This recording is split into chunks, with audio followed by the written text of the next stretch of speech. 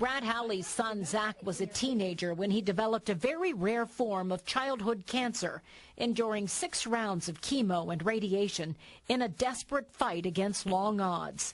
They were in the hospital for one of those chemo rounds when they were given a pamphlet about Make-A-Wish. And, of course, we looked at that and we said, well no, our son, he's not one of those children, you know, he doesn't need that. Susan McConnell was new to the job directing Make-A-Wish in Central Ohio back then, and she told the Howleys it's not about need, it's about hope. We want to be there to help.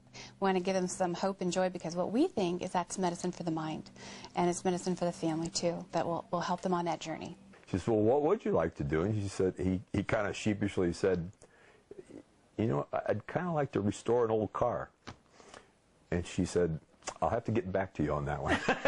She came through with a vintage Corvette.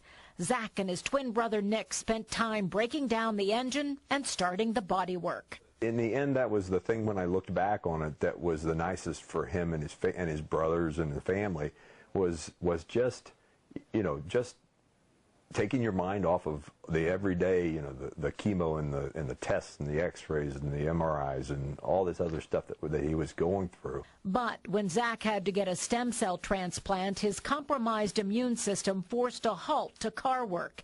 As his body grew weaker, the Eastland Career Center and a London body shop moved into high gear. Corvette Corner, the people at Corvette Corner nearly shut their business down and worked night and day on this thing. When Zach was invited to watch the Buckeyes practice, he had no idea Coach Cooper was part of making his wish come true. And then the big garage door opened and John Cooper drove the Corvette in and the whole team stopped and started applauding. It was almost as if the heavens wanted Zach's wish to last. Brad says the weather was unseasonably sunny and very mild. He and his brothers just drove that car and tops off and everything in November, December, you know, and just really got to enjoy it.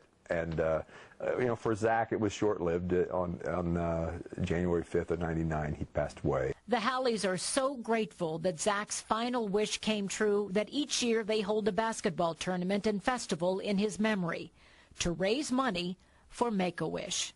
That's what's so amazing about this organization is that it touches people's hearts in a way that really impacts them, and they want to help. He was an outgoing character. He was very, very personable. You know, even in the worst of times for him, he always had a smile and a kind word for people.